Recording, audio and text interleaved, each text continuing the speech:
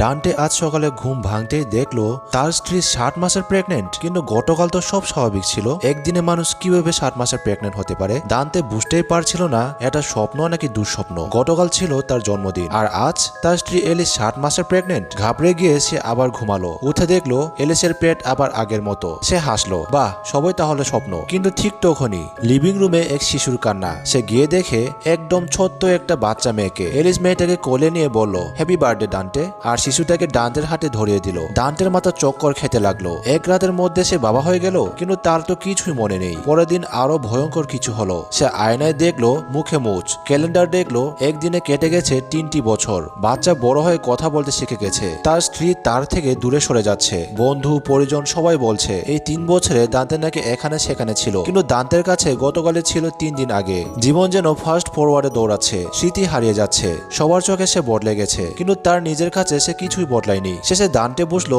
তার নিজের জীবনের ওপর থেকেও নিয়ন্ত্রণ হারিয়ে ফেলেছে সে। তাই সে সিদ্ধান্ত নিল সবকিছু থামাবে, সময়কে, কাজকে, ভুলগুলোকে এবং নিজের পরিবারকে আবার ফিরে পাবে। তাই সে ভাবে আজকেই চাকরি ছেড়ে দিয়ে বউ বাচ্চাকে সময় দিবে। তাই রিজাইন লেটার হাতে সে ডিরেক্টরকে খুঁজছে, কিন্তু ডিরেক্টরের সিট খালি। অন্য সহকর্মীরা যখন সে জিজ্ঞেস করলো ডিরেক্টর কোথায়, তখন তারা উল্টো হাসতে লাগলো, কারণ এখন তো সেই ডিরেক্টর। দান্তে বুঝলো তাহলে এই 3 বছরে সে নিজেই ডিরেক্টর হয়ে গেছে। বাসায় গিয়ে সে দেখে বাড়ির সব জিনিসপত্র খালি। তাই বউকে কি হয়েছে জানার জন্য কল করে, কিন্তু বউ বলে তাদের সম্পর্ক ঠিক যাচ্ছে না। তাই তারা তো দুজন মিলে ডিসিশন নিয়েছিল তারা কিছুদিন আলাদা থাকবে। দান্তে তখন বলে সে তার সাথে এখনই দেখা করতে চায়, তাই তাকে বাসায় আসতে বলে। কিন্তু পিছনে ঘুরতে দেখে তার সেক্রেটারি নাইটি পরে সামনে দাঁড়িয়ে আছে। সে কেন এখানে জিজ্ঞেস করলে মেয়েটি বলে তাদের তো 6 মাস ধরে অ্যাফেয়ার চলছে, সে এখানে না থাকলে কোথায় থাকবে। তখনই তার বউ এলিসও সেখানে এসে পড়ে। তাই ফ্রান্সিসকাকে বাথরুমে লুকিয়ে রাখে, কিন্তু এলিসের নজরে মেয়েটির জুতা পড়ে যায়। তাই সে রাগ করে চলে যায়। সে তার বউকে মানাতে গিয়ে দেখে তার একজন বয়ফ্রেন্ড আছে এবং জানতে পারে তারা নাকি অনেকদিন একসাথে আছে।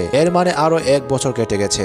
সে তার মেয়ের কুকুর থেকে বল ছুড়ে দেয়, কিন্তু বল নিয়ে আস্তে আস্তে কুকুরটি বড় হয়ে যায়। এর মানে আরো একটি বছর কেটে গেছে। তাই এখন সে ফাইনাল সিদ্ধান্ত নিয়েই ফেলে। সে অফিসে গিয়ে সব বোর্ড মেম্বারদের বলে সে 3 মাসের ছুটি নিচ্ছে, তাতে তার যদি চাকরি যায় যাক। তারপর সে এলিসকে কল করে আসতে বলে। এলিস ও তার মেয়ে আসলে সে আজকে তাদের সময় দেয়। সে আজকে মেয়েকে গল্প পড়ে শোনায় আর ঘুম পাড়িয়ে দেয়। সে এলিসকে রিকোয়েস্ট করে তাকে যেন আরো একটা শেষ সুযোগ দেয়, সে সবকিছু ঠিক করে দিবে। কিন্তু এলিস বিশ্বাস করে না, কারণ ডান্টে প্রত্যেক বছরই এমন প্রমিস করে। কিন্তু সারা বছর সে আবার দায়িত্বহীনের মতোই চলে, পরকে করে। কিন্তু এবার ডান্টে বলে এবার তুমি আমাকে শেষবারের মতো বিশ্বাস করো, আমি আমার চাকরি বন্ধক রেখে 3 মাসের ছুটি নিয়ে আসছি, শুধু তোমার সাথে সময় কাটাবো বলে। পরের দিন ডান্টে তারিখ দেখলে দেখে যে পরের দিনের তারিখ এসে গেছে। এর মানে তার জীবন থেকে অভিশপ্ত এই 1 বছর ফাস্ট ফরওয়ার্ড সময় কেটে গেছে।